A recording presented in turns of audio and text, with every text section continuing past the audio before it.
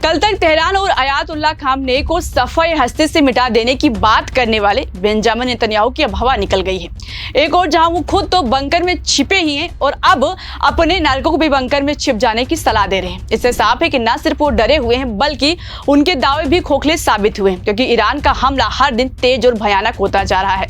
ऐसे में जहां हैरान परेशान इजरायल के आका डोनाल्ड ट्रंप ने फिर से सुलह का राग अलापना शुरू कर चुके हैं, तो वहीं दूसरी ओर ईरान ने एक कदम और आगे जाकर पाकिस्तान का परमाणु हथियार यूज करने का दावा कर दिया है। इससे न सिर्फ मिडिल ईस्ट की सियासत में नया तूफान खड़ा हो गया बल्कि इसका असर यूरोपीय देशों समेत पूरी दुनिया पर दिखाई दे रहा है। ऐसे में बड़ा सवाल खड़ा हो गया, क्या सच में ईरान पाकिस्तान का परमाणु यूज करने जा रहा है? क्या डोनाल्ड ट्रंप फिर से सुलह का राग अलापना शुरू कर चुके हैं? ये सब कुछ हम आपको अपनी इस रिपोर्ट में बताएंगे। साथ ही इस पर भी चर्चा करेंगे कैसे बेंजामिन नेतन्याहू के दावे गीदड़ भभकी साबित हुए हैं। नमस्कार, मैं हूं शिवानी पांडे और आप देखना शुरू कर चुके हैं 4 PM न्यूज नेटवर्क। दोस्तों, सोमवार की सुबह जब दुनिया अभी नींद से जाग रही थी, ईरान ने इजरायल पर एक ऐसी मिसाइल बरसात शुरू की जिसने तेल अवीव को हिलाकर रख दिया। ईरान के ऑपरेशन टू प्रॉमिस थर्ड के तहत 150 से ज्यादा बैलिस्टिक मिसाइलें इजरायल की ओर दागी गई। इनमें से कई मिसाइलें इजरायल के तथाकथित Ajay iron Domus defence system को भेदते हुए तेल अवीव और यरूशलेम में गिरी। नतीजा कई मौतें, 8 दर्जन से ज्यादा लोग घायल और तेल अवीव में कई इमारतें पूरी तरह गाजा जैसी हालत में पहुंच गई। आपको बता दें कि इजरायल की सरकार ने तुरंत रेड अलर्ट जारी किया और अपने नागरिकों को बंकर में जाने का आदेश दिया। सड़कों पर अफरा तफरी का माहौल है, लोग अपने बच्चों को गोद में उठाकर बंकरों की ओर भाग रहे हैं। अभी तक जो इजरायल बड़े बड़े दावे करता था कि वो ईरान को तबाह कर देगा, अब बैकफुट पर है। नेतन्याहू की वो धमकियां जिनमें वो कहते थे कि तेहरान को मिटा देंगे, अब हवा में गूंजती खाली बातें लग रही हैं। लेकिन सवाल यह है कि ईरान ने ऐसा क्या किया कि इजरायल की नींद उड़ गई? दरअसल ईरान ने इस बार अपनी रणनीति बदल ली है। उसने न सिर्फ मिसाइलों की संख्या बढ़ाई बल्कि उनके टारगेट को भी और सटीक बनाया। ईरानी मिसाइलों ने इजरायल के सैन्य ठिकानों खासकर तेल अवीव में इजरायली रक्षा मंत्रालय को निशाना बनाया। ईरानी मीडिया का दावा है कि इन हमलों में इजरायल को भारी नुकसान हुआ है। माना जा रहा है कि ये सिर्फ शुरुआत है। ईरान ने साफ कर दिया कि अगर इजरायल ने जवाबी कार्रवाई की तो वो बड़े हमले करेगा। ईरान के सुप्रीम लीडर आयतुल्लाह खामेनेई ने कहा है कि इजरायल को इसकी सजा मिलेगी। ये बयान कोई खाली धमकी नहीं है, क्योंकि ईरान ने अपनी बैलिस्टिक मिसाइल क्षमता को और मजबूत करने की योजना बनाई है। आपको बता दें कि अभी इजरायल के प्रधानमंत्री बेंजामिन नेतन्याहू दुनिया को बताते थे कि ईरान को परमाणु शक्ति बनने से रोकने के लिए वो कुछ भी करेंगे। उन्होंने दावा किया था कि उनके ऑपरेशन राइजिंग लॉयन के तहत ईरान के परमाणु ठिकानों को तबाह कर दिया जाएगा। 13 जून को इजरायल ने तेहरान, इस्फहान और नतांज जैसे शहरों में भारी बमबारी की थी। इजरायली दावों के मुताबिक इस हमले में ईरान के कई सैन्य कमांडर और परमाणु वैज्ञानिक मारे गए। लेकिन क्या ये हमला वाकई में इजरायल की जीत था? बिल्कुल नहीं। ईरान ने न सिर्फ इन हमलों का जवाब दिया बल्कि इजरायल को उसी की भाषा में करारा जवाब दिया। आज इजरायल की हालत यह है कि उसके अपने नागरिकों बंकर में छिपने को मजबूर हैं। नेतन्याहू की वो धमकियां जिनमें वो कहते थे कि वो खामेनेई को खत्म कर देंगे, अब उनके ही गले की हड्डी बन गई है। इजरायल का आयरन डोम, जिसे वो दुनिया का सबसे मजबूत डिफेंस सिस्टम बताता था, आज ईरान की मिसाइलों के सामने बेकार साबित हो रहा है। सोशल मीडिया पर वायरल वीडियो में साफ दिख रहा है कि ईरानी मिसाइलें तेल अवीव में धमाके कर रही हैं और आयरन डोम उन्हें रोकने में नाकाम रहा है। एक यूजर ने लिखा है, ईरान ने इजरायल को उसकी औकात बता दी। आपको बता दें कि इजरायल की हालत देखकर दुनिया हैरान है। जो देश कभी मिडिल ईस्ट में अपनी सैन्य ताकत का डंका बजाता था, वो आज अपने ही घर में डर के साए में जी रहा है। नेतन्याहू की सिट्टी बिट्टी गुम है और उनकी सरकार पर घरेलू और अंतर्राष्ट्रीय दबाव बढ़ता जा रहा है। ऐसे में बड़ा सवाल यह कि आखिर ईरान ने ऐसा क्या किया कि इजरायल को घुटनों पर लाने में वो कामयाब हो गया? जवाब है कि ईरान की सोची समझी रणनीति और उसकी बढ़ती सैन्य ताकत। ईरान ने पिछले कुछ सालों में अपनी बैलिस्टिक मिसाइल क्षमता को कई गुना बढ़ाया है। उसकी मिसाइलें अब 2000 किलोमीटर तक मार सकती है, यानी तेल अवीव से लेकर यरूशलेम तक कोई भी शहर उसकी पहुंच से बाहर नहीं है। लेकिन ईरान की ताकत सिर्फ मिसाइलों तक सीमित नहीं है, उसने खुफिया जानकारी और साइबर युद्ध की क्षमता को भी मजबूत किया है।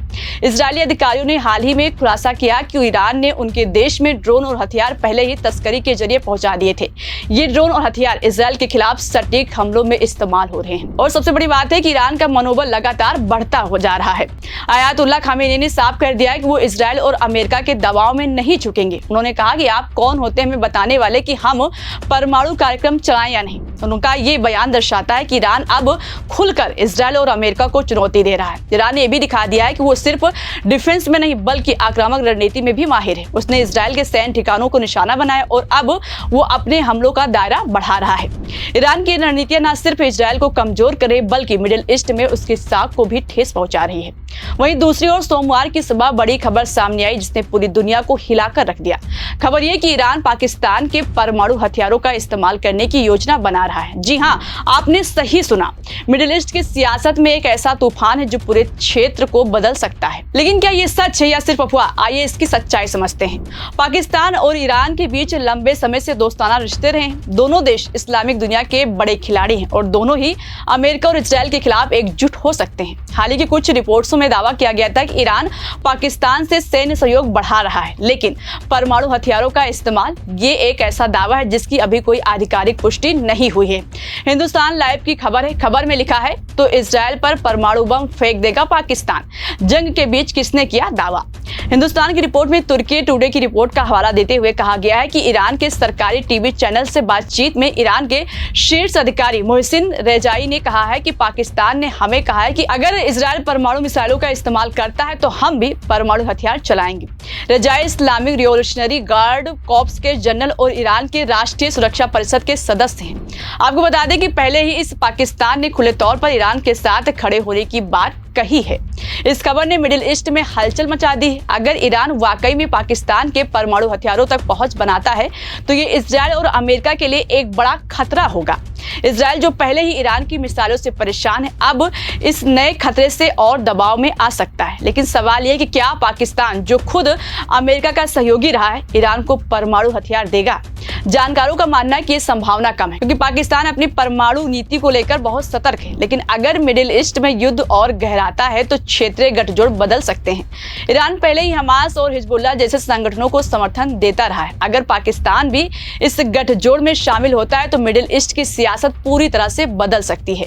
इस पूरे हालात के बाद इजराइल के आका अमेरिकी राष्ट्रपति डोनाल्ड ट्रंप ने फिर से सुलह का राग अलाप दिया है। उन्होंने कहा है कि वो ईरान के साथ बातचीत चाहते हैं और इस युद्ध को खत्म करना चाहते हैं। लेकिन सवाल ये कि क्या ट्रंप की बातों का ईरान मानेगा? ईरान तो पहले ही कह चुका है कि वो अब किसी भी कीमत पर समझौता नहीं करेगा। तेल अवीव को गाजा बनाकर ही मानेगा।